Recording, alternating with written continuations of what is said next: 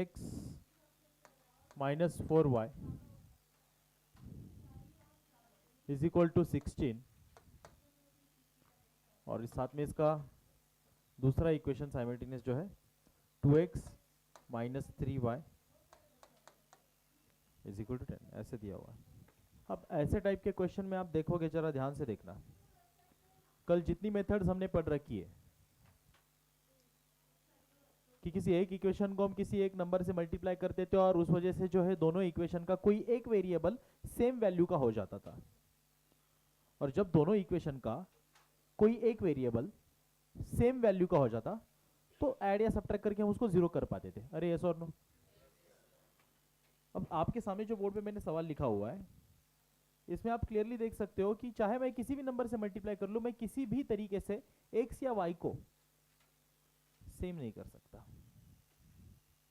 For example मैंने equation लिख लिया 3x minus 4y is equal to 16, equation number 1।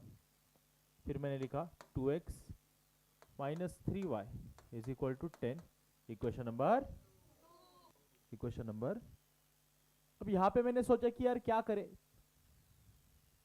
मान लो मुझे x को मारना है, एलिमिनेट करना है, तो लगा कि यार ऐसा पहले हुआ करता थी कि यहाँ पे 3x होता था, यहाँ पे अकेला x होता था, पूरे इक्वेशन को 3 से मल्टीप्लाई करते थे, दोनों 3x हो जाते थे, मर जाते थे सब्ट्रैक्ट करके। अब मैं किसी भी नंबर से चाहे मल्टीप्लाई करूं, ना मैं 2 को 3 कर सकता हूं, ना मैं 3 को 2 कर सकता हूं। वैल्यू सेम कर सकते हैं क्या? यहाँ पे नहीं कर सकते हैं। क्या मैं किसी भी चीज से मल्टीप्लाई कर लूं, चाहे किसी भी नंबर से मल्टीप्लाई कर लूं,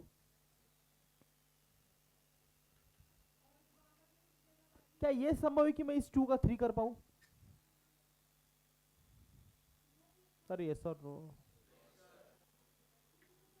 मैं किसी भी नंबर से कोशिश कर लूं, मैं मल्टीप्लाई करके इस 2 को 3 नहीं कर सकता, या इस 3 को 2 नहीं कर सकता। कम तो वैसे भी करना नहीं है, होता भी नहीं, मैं तो पहले ही बता रखा हूं आपको, है ना, प्लस की लास्ट लेक्चर में। फिर मैं छोड़ो x की बात छोड़ते, x का इस बार नहीं जम रहा, y को देखते हैं। फिर मैं बोला कि यार y को भी अगर मुझे सेम करना है तो बेसिक लॉजिक के हिसाब से नंबर बड़ा करना पड़ेगा। फिर मैंने सोचा छोटा कौन है, छोटा ये 3y, ये 4y है ना, ये 3y, तो क्या किसी भी तरीके से मैं 3y को 4y कर सकता हूं? 3 को 1 से मल्टीप्लाई करो 3 रहेगा, 2 से मल्टीप्लाई करो 6 बन जाएगा, 4 कब आएगा? ना मैं 3y को 4y कर सकता हूं, ना मैं 4y को 3y कर सकता हूं। मरेगा कैसे भैया? एलिमिनेट होगा कैसे? अरे यस और नो? तो ऐसे जगह पे हमें एक और तरकीब लगानी पड़ती है, ठीक है? हाँ जी, ऐसे जगह पे हम एक और तरकीब लगाते हैं। हम बोलते हैं ठीक है कोई बात नहीं, सिर्फ किसी एक इक्वेशन को मल्टीप्लाई करने से अगर काम नहीं बन रहा है तो कोई बात नहीं, दोनों इक्वेशन को मल्टीप्लाई कर लेंगे। अरे यस और नो? एलसीएम समझते हो? मल्टीपल। तो मैं एक ऐसा नंबर अभी चुनूंगा जिससे अगर मैं इन दोनों नंबर को मल्टीप्लाई कर लूं तो मुझे एक सेम नंबर मिलना चाहिए। या तो ये एक टेक्निक है, इसमें देखो कितनी सारी टेक्निक्स बन सकती है, ये एक टेक्निक है। या तो मैं सीधा ही एक बेस्ट वे आपको सजेस्ट करता हूं जो कभी भी फेल नहीं जाएगा, चाहे दुनिया का कोई भी इक्वेशन बना लो, वो मेथड हर किसी में एलिमिनेशन मेथड को यूज कर सॉल्व करने के लिए काम आ जाएगी। क्या है वो मेथड सर? सिंपली इस इक्वेशन के कोएफिशिएंट से इस इक्वेशन को मल्टीप्लाई करो और इस इक्वेशन के कोएफिशिएंट से इस इक्वेशन को मल्टीप्लाई कर लो, हो जाएगा काम। अब इसमें एक खास बात और देखो, जितनी बातें बता रहा हूं अच्छे से समझो, ओके? और किसी भी पॉइंट पे अगर समझ नहीं पा रहे तो हाथ ऊपर करके इज्जत से पूछ लो, क्योंकि बाद में दिक्कत होगी समझने के लिए, अभी पूछ लो। क्या बोल रहा हूं ध्यान से सुनो। मान ले बेटा मेरे को x को मारना है। किसको मारना है शुभम? मेरे को x को मारना है। क्या शुभम, किसको मारने का है अपने को? x को मारने का है।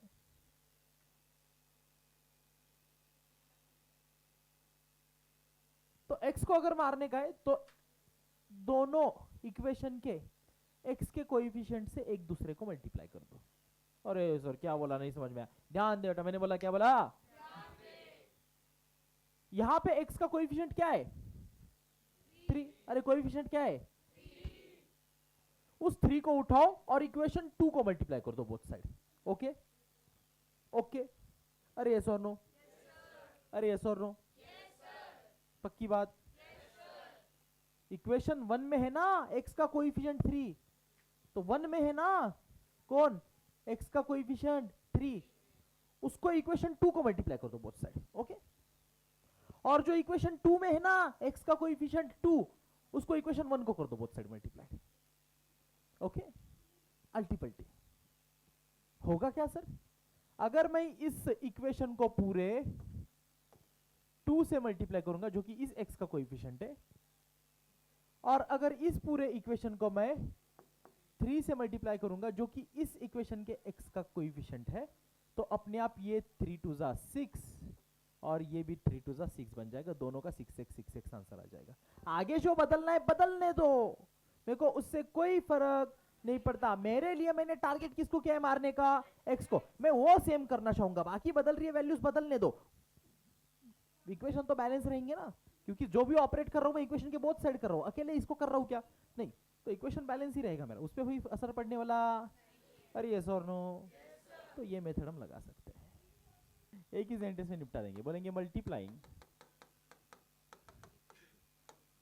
बोथ साइड्स, जिसको समझ में आए मेरे साथ बोल सकता है। Multiplying both sides of equation 1 by 2 and of equation 2 by 3।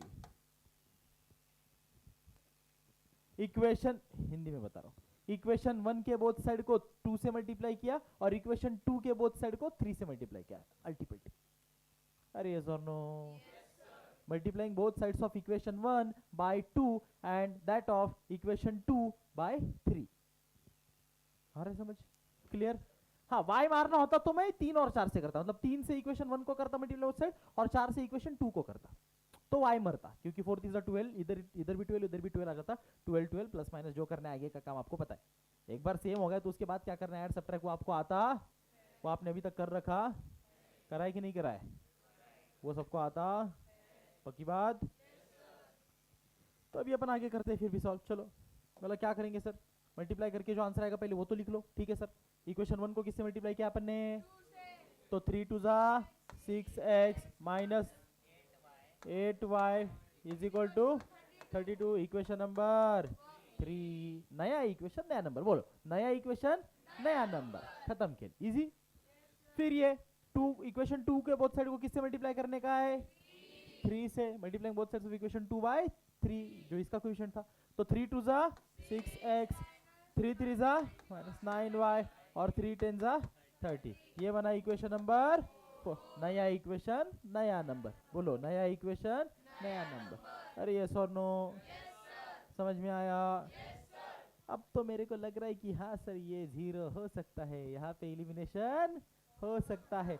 Simply मैंने देखा दोनों टर्म्स पॉजिटिव है, मतलब मुझे करनी पड़ेगी सब्ट्रैक्शन, क्योंकि 6x माइनस 6x करूंगा तो 0x बन जाएगा, यानी कि x एलिमिनेट हो सकता है। तो मुझे स्टेटमेंट लिखना पड़ेगा, है ना? क्या लिखूंगा मैं? Subtracting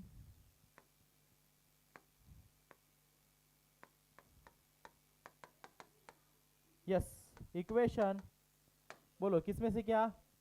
1 from 2 we gate.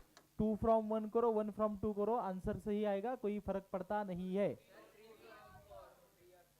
हाँ ऐसा है क्या? चेक कर रहा था, आपका ध्यान है कि नहीं। बोलो subtracting equation 3 from 4 we get. अरे यस और नो? ओके, तो क्या होगा फिर? एक के नीचे एक, थोड़ा अड़चन में लिख लूँ क्या? जगह एडजस्ट करके। ये जाता है नहीं इधर, ठीक है बोलो। अच्छा अच्छा ठीक है, उतना बैठ जाएगा। 6x minus 8y is equal to 32। अच्छा 3 फ्रॉम 4 बोला है क्या? नहीं, फिर उल्टा लिखना पड़ेगा। करने कुछ भी कर सकते हैं, अब मैंने लिखा वैसा इसलिए मैं वैसे लिख रहा हूँ। मैंने 3 फ्रॉम 4 बोला है ना, मतलब पहले 4 लिखना पड़ेगा मेरे को। 6x minus 9y is equal to 30 और फिर 6x minus 8y is equal to 32। थोड़ी सी जगह नीचे छोड़नी है, सब्ट्रैक्शन है तो बड़ा सा माइनस का साइन देना है। अब साइन चेंज होंगे, ध्यान दे बेटा, मैंने बोला ये माइनस प्लस माइनस माइनस और minus plus is equal to के नीचे 30 माइनस 32, 30 माइनस 32, 32 माइनस 30 थोड़ी कर रहे हो, 30 माइनस 32 माइनस साइन बढ़ेगा लगता है बच्चे, ठीक है। हाँ, माइनस 9y प्लस 8y, अरे माइनस 9y प्लस 8y, चलो साइन भूल जाओ, ये माइनस है ये प्लस हो, ये माइनस माइनस प्लस हो चुका है गधो। तो अब इसको माइनस मत देखो, अब इसको प्लस देखो, क्योंकि माइनस माइनस क्या हो गया, इन दोनों का झगड़ा सुलझा दिया अपन ने, ये निकला है कि नहीं। हाँ, इन दोनों की शादी कर दी, बच्चा निकला, ठीक है। तो माइनस माइनस क्या हुआ, प्लस प्लस निकला। तो फिर ये 9y कैसा है, माइनस है। अब ये 8y कैसा है, 9y कैसा है, 8y कैसा है। हाँ, क्योंकि माइनस माइनस का शादी हो गया, बच्चा कौन निकला, प्लस निकला है कि नहीं। तो फिर एक चीज माइनस है, एक चीज अभी प्लस है, माइनस देखो मत, मैंने बोला माइनस माइनस प्लस हो चुका है, एक चीज माइनस है एक चीज अभी प्लस है। तो दो चीज में अगर एक चीज माइनस एक चीज प्लस, मतलब अपोजिट साइन, तो अपना रूल बोलता है अपोजिट साइन सब्ट्रैक्शन। क्या बोलता है, opposite sign subtraction. And put sign of greatest number to the solution, and put sign of greatest number to the solution. बोलो सब्ट्रैक्शन बोले तो अभी साइन बोल जाओ, अब बोलो 9 में से 8 गए, एक बचा है ना, मतलब एक y बचा, क्योंकि 9y 8y था तो y की टर्म में लिखा है, तो एक y बचा, अकेला y, 1 लिखने की जरूरत नहीं है, y, ओके। और साइन बढ़ेगा, बड़ा कौन है बेटा, 9, उसको कौन सा साइन, तो आंसर को भी। अब मैंने बोला इक्वेशन के दोनों साइड माइनस साइन है, minus y is equal to -2 है कि नहीं। तो माइनस माइनस क्या हो जाएगा, कट हो जाएगा, मर जाएगा, ओके। और ये 6x माइनस 6x तो ऑलरेडी मर चुका है, एलिमिनेट कर, इसी के लिए तो इतना तामझाम किया था ये चीज हासिल करने के लिए। अरे यस और नो, अरे पक्की बात, अरे समझ में आया, बाकी काम इधर लिखते हुए। फिर मैंने बोला क्या होगा सर, y मेरे को सीधा ही मिल गया, देयरफॉर मैंने बोला y कितना मिला मेरे को, +2 मिला y, ओके। अब y की वैल्यू उठा करके कहीं पे भी डाल दो, 1 2 3 4 जहां पे उठाने कहीं पे भी डाल दो, सभी के लिए वही y है, वही x है, वही सेटिस्फाई होने वाली इक्वेशन, उन्हीं वैल्यू से, कोई फर्क नहीं पड़ता। आप बोलो किधर डालने का, बोलो कहाँ पे डाले, सेकंड में डाले। चलो y की वैल्यू, अगर अब स्टेटमेंट लिखना आपको आता है, मैं लिखूं नहीं ना, चलेगा। हाँ, substituting value of y in equation 2 we get, उसके बाद क्या लिखोगे फिर 2x माइनस 3y, y जो कि कितना बेटा 2 इज इक्वल टू 10, सो आपका 2x minus 3 two 6 is equal to 10, 2x is equal to 10 plus 6, बचा हुआ काम यहाँ पे। हाँ बोलो, 2x is equal to 16, x is equal to,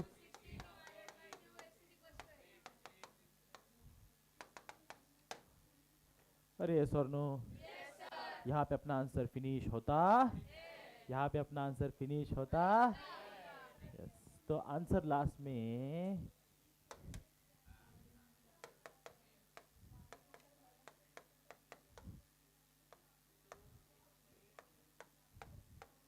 अब हमारा आंसर फिनिश होता, अरे यस और नो, पक्की बात, मजा आया, समझ में भी आया, छाप लो फिर। तो अभी जो है अपन इसके आगे की मेथड स्टार्ट करते।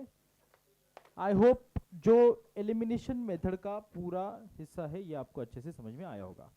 अब इसमें और कोई अलग टाइप का एग्जांपल नहीं बनता, जितने जितने बन सकते थे मैंने सारे टाइप के आपको कवर करा लिए, मैंने भी कराए प्लस आपको भी प्रैक्टिस करवाए। अरे यस और नो, सारे टाइप के आपको अच्छे से आ गए, इसमें कोई आपका डाउट, अरे यस और नो है क्या। तो अभी जो मेथड हमको पढ़नी है उसका नाम है सब्स्टिट्यूशन मेथड। क्या नाम है बेटा, जैसे एलिमिनेशन मेथड अपन ने पढ़ी, किस चीज के लिए पढ़ी, इक्वेशंस को साइमल्टेनियसली सॉल्व करने की मेथड्स के अंदर पहली मेथड पढ़ी अपन ने एलिमिनेशन, अब दूसरी पढ़ेंगे सब्स्टिट्यूशन, ओके। नाम लिख लेते हैं, हैशटैग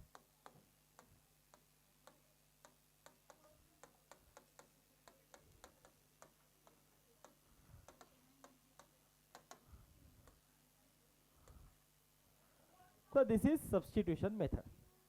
क्या होता है सर इसमें, देखो सब्स्टिट्यूशन का मतलब वैसे तो आपको पता है, ओके, कि हम जब भी आपने देखा होगा एलिमिनेशन के अंदर भी जब भी अपन किसी एक वेरिएबल का आंसर निकालते थे तो वापस वो वैल्यू किसी एक इक्वेशन में सब्स्टिट्यूट करते थे। क्या करते थे? सब्स्टिट्यूट करते थे और अपने को दूसरे, मतलब सब्स्टिट्यूट का मतलब कहीं ना कहीं पे आपको पता है कि वैल्यू रखना। अरे यस और नो? सब्स्टिट्यूट करना यानी कि क्या? जगह लेना किसी की। अब सही मायने में बताओ तो इसका सब्स्टिट्यूट मैंने ढूंढ लिया है, मतलब क्या? मैंने इसकी जगह पे कोई और ढूंढ लिया है ना, रिप्लेसमेंट एक तरीके से।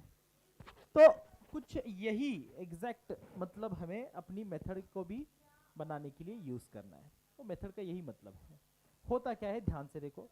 अब फिर एक बार एक क्वेश्चन और उसके सहारे इस मेथड को हम पढ़ेंगे। तो जैसे मेरे पास ये क्वेश्चन है, या पहले वाला ही क्वेश्चन उठा लूँ जो एलिमिनेशन में पहले क्वेश्चन लिया था, एग्जैक्ट वही। फिर आंसर भी अपन चेक कर लेंगे, एलिमिनेशन में उतना ही आया था, सब्स्टिट्यूशन में भी उतना ही आता है कि नहीं। अरे यस और नो? हाँ, एकदम सिंपल टाइप का क्वेश्चन आपके लिए है ना, जो अपन ने लिया था वहाँ पे x प्लस, देखो ये क्वेश्चन अपन लिया था x plus y is equal to 14, और उसके साथ वाला जो है उसका साइमल्टेनियस इक्वेशन वो है x minus y is equal to 2। ये इक्वेशन है बेटा, ये क्या है अपने इक्वेशंस है। अरे ये सुनो, दिख रहा है सामने? और हमें इन दोनों इक्वेशन को सॉल्व करना है कौन सी मेथड से? सब्स्टिट्यूशन मेथड से। अब सब्स्टिट्यूशन मेथड बहुत प्यारी, बहुत सुंदर, बहुत प्यारी, बहुत सुंदर। सब्स्टिट्यूशन मेथड बोलती है कि आपको मैंने चॉइस दे दिया, चॉइस दे दिया। आपके पास दो इक्वेशन है, उन दोनों इक्वेशन में दो दो वेरिएबल है, मतलब आपके पास चार चीजें हैं। 1 2 3 4। सब्स्टिट्यूशन मेथड बोलती है आपको मैंने चॉइस दे दी, जा इन चारों में से किसी एक को पकड़। शायद इसने इस इक्वेशन के x को पकड़ा, शायद इसने इस इक्वेशन के x को पकड़ा, शायद उदयांश ने इस इक्वेशन के y को पकड़ा, शायद ये सूरज ने इस इक्वेशन के, कोई किसी को लो, आंसर सबके सेम आएंगे। सब्स्टिट्यूशन मेथड ने हमको ऑप्शन दे दिया, बोला दोनों इक्वेशन में दो दो वेरिएबल है, किसी भी एक को जाके पकड़ लो। क्या बोला बेटा? किसी भी एक को जाके पकड़ लो। अब कैसे पकड़ना है वो ध्यान से देखो। हर बार की तरह मेथड में लिखने का जो तरीका है वो पहली स्टेप हमारी सेम है, कॉमन है, जो कि इक्वेशन को लिख के उसका नंबरिंग करना। क्या करना? क्या करना? नंबरिंग करना। तो मैंने लिखा x plus y is equal to 14, equation number, अरे बोल बेटा इक्वेशन नंबर। फिर लिखा x minus y is equal to equation number 2। दोनों इक्वेशन नोट कर लिया।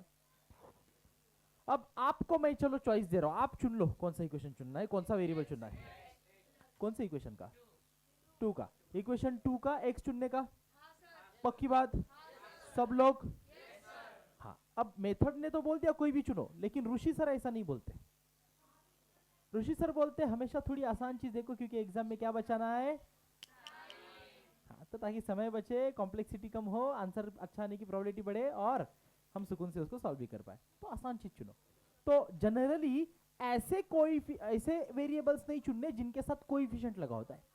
अब लकीली हमारे इस पहले क्वेश्चन में दोनों ही वेरिएबल के साथ हमें कोई कोएफिशिएंट नजर, सच में है, लेकिन 1 है, 1 के अलावा कोई कोएफिशिएंट नजर नहीं आ रहा। तो ऐसे केस में तो आप कुछ भी ले सकते हो, हर केस में आसान है, फिर तो चारों केस में आसान है। लेकिन जब ऐसे कोई इक्वेशन आते हैं जिस केस में आपको कोएफिशिएंट नजर आते 2x 3y, तो जनरली ऐसा ढूंढो जिसके साथ कोई कोएफिशिएंट 1 के अलावा ना हो, तो ज्यादा आसान रहता है। Is that very very clear? हाँ, फिर भी किसी को मस्ती है तो ले लो, कोई दिक्कत नहीं, आंसर तभी भी आएगा। अरे यस और नो?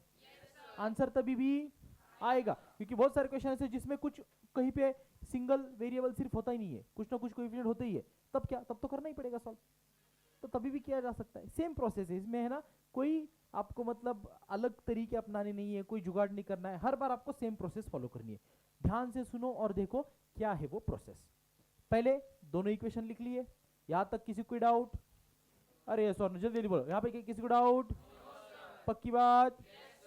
फिर मैंने बोला चलो किसी को चुन लेते, और आप लोगों ने बोला कि सर इक्वेशन 2 के x को चुनना। बोला ओके, बोला ओके। फिर बोलेंगे फ्रॉम इक्वेशन 2 वी गेट, हमको इक्वेशन 2 से क्या मिला? मैंने बोला हमें इस इक्वेशन 2 में से x को पकड़ना है, पकड़ लिया। ओरिजिनल इक्वेशन में minus y is equal to 2 है, मैंने क्या किया, इज इक्वल टू 2 ऐसे ही रखा, इस माइनस वाई को इस तरफ लेके गया, प्लस वाई हो गया। बेसिकली मेरे को x का आंसर अभी मिल चुका है। हाँ, रुको जरा, नंबर की फॉर्म में नहीं, लेकिन किसी एक एक्सप्रेशन की फॉर्म में x का आंसर मेरे को मिल चुका है। अरे यस और नो? अच्छा ध्यान से सुनना, क्या x का आंसर मुझे y की टर्म्स में मिला? x का आंसर मुझे y की टर्म्स में मिला ना? इस x के आंसर में x कहीं पे है क्या? है तो कौन है? नंबर है कुछ ना कुछ, लेकिन साथ में कौन है? तो x की वैल्यू मुझे किसके टर्म्स में मिली? y की टर्म्स में मिली। आ रही बात समझ? ए बेटा ध्यान से सुन, x की वैल्यू मुझे किसके टर्म्स में मिली? y की टर्म, y की रिस्पेक्ट में मिली। या तो y का निकाल तो y की वैल्यू मेरे को x के रिस्पेक्ट में मिलती।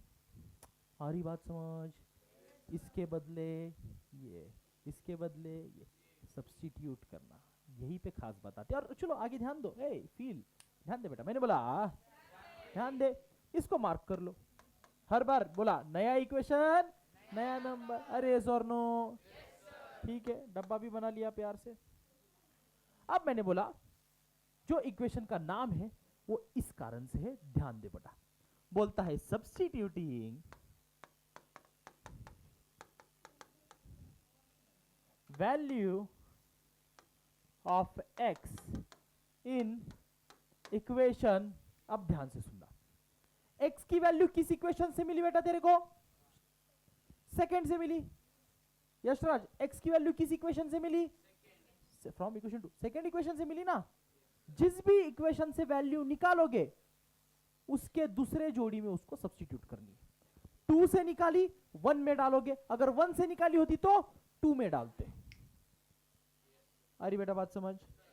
यही पे बनता है सब्स्टिट्यूशन। देखो कैसे, मैं बोला जैसे हमने अभी बताया, वैल्यू हमें कहां से मिली है? 2 से मिली है, तो इसको सब्स्टिट्यूट कहां पे करेंगे? 1 में। बोला मैंने substituting value of x in equation 1 we get, क्या मिलेगा? देखो इक्वेशन 1 बता बेटा क्या है? x plus y is equal to 14। अरे यस और नो? लेकिन मेरे पास x की वैल्यू है ना, क्या है? 2 प्लस वाई, ये पूरी वैल्यू है मेरे पास, किसकी? x की। देखो तो x की जगह पे मैं क्या डालूंगा? 2 प्लस वाई, क्या डालूंगा? 2 प्लस, ये पूरी वैल्यू, इसलिए ब्रैकेट में लिखा, ये पूरी वैल्यू मेरी x की है। किसकी है? x की है। मेरे x की नहीं, x की है। किसकी है? ये पूरी वैल्यू में x की है। किसकी है? अरे यस और नो? ये वैल्यू x की है। फिर आगे है plus y is equal to 14, कोई बुरी बात? अरे यस और नो? फिर बोला जरा ध्यान से देखो, अब जो पूरा इक्वेशन बना इसमें सिर्फ और सिर्फ y है, कहीं पे x का नामो निशान। और यही खास बात है जहां पे हो रहा है सब्स्टिट्यूशन। सब्स्टिट्यूशन एग्जैक्टली क्या होता है? मैंने बोला किसी की जगह सब्स्टिट्यूट होना है, किसी की जगह लेना। सब्स्टिट्यूट मतलब x की जगह किसने ले ली? क्योंकि x का आंसर किसकी टर्म्स में मिला?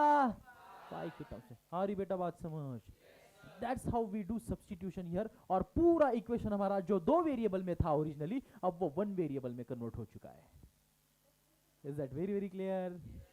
देखो तो फिर इसको जरा ब्रैकेट के बाहर निकालो, 2 plus y is equal to 14, 2 plus y 2y is equal to 14, 2y is equal to 14, ये प्लस 2 इधर जाके -2, और 2y इज इक्वल टू 12। बोलो y is equal to 12 upon 2, 2 1 जा 2, 2 6 जा 12, y की वैल्यू आ गई 6। अरे यस और नो? आया बेटा समझ? अब एक वेरिएबल का आंसर आ चुका है। अब आपको ऑलरेडी पता है जब एक वेरिएबल का आंसर मिल जाए तो उसको क्या करना होता है? उठा के कौन सी इक्वेशन में डालोगे? दिमाग लगाओ, 3 में डालो, सीधा x का आंसर मिलेगा। अरे यस और नो? तो इसी जगह पे क्या करने का रहता है? सीधा उठा के 3 में डालने का रहता है। थोड़ा सा जगह एडजस्ट हो जाता है, मजा आ जाता है। करूँ क्या एडजस्ट? यहाँ पे करूँ क्या एडजस्ट? हाँ देखो जरा, एडजस्टमेंट कर लो यार, सीख जाओ। एडजस्ट करना सीखो, लाइफ में जरूरी होता है एडजस्ट करना। 2 प्लस क्या है बेटा अपना? y मैं बोला x इज इक्वल टू, अच्छा स्टेटमेंट आप लिखोगे ना, substituting value of y in equation 3 we get, वो लिखना सबको भी आता, बोर्ड राइटिंग का पूरा मेथड मैंने सिखा दिया। अरे पक्की बात। अब बेटा बोले x is equal to 2 plus y की वैल्यू कितनी है, ये 6 डाल दिया मैंने y की जगह पे, so x is equal to 2 plus 6 कितना मिल गया, x कॉमा y का आंसर। ऐसे लिखेंगे x comma y is equal to 8 comma, और ये देयरफॉर का साइन प्यारा सा, और हमारा आंसर बन चुका है। आया समझ में सब्स्टिट्यूशन मेथड?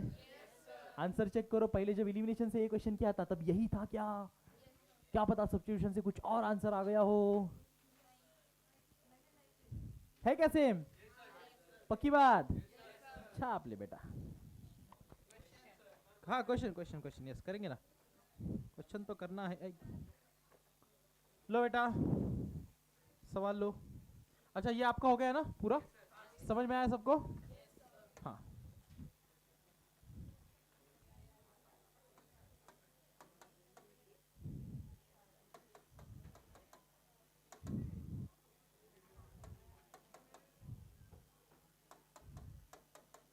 ओके, ये करके दिखाओगे? दिखाओ बेटा। ठीक है, रुके यहीं पे। यस ऑलराइट सो बच्चों, that's it for today, see you in the next section of, thank you so much, goodbye, all the very best.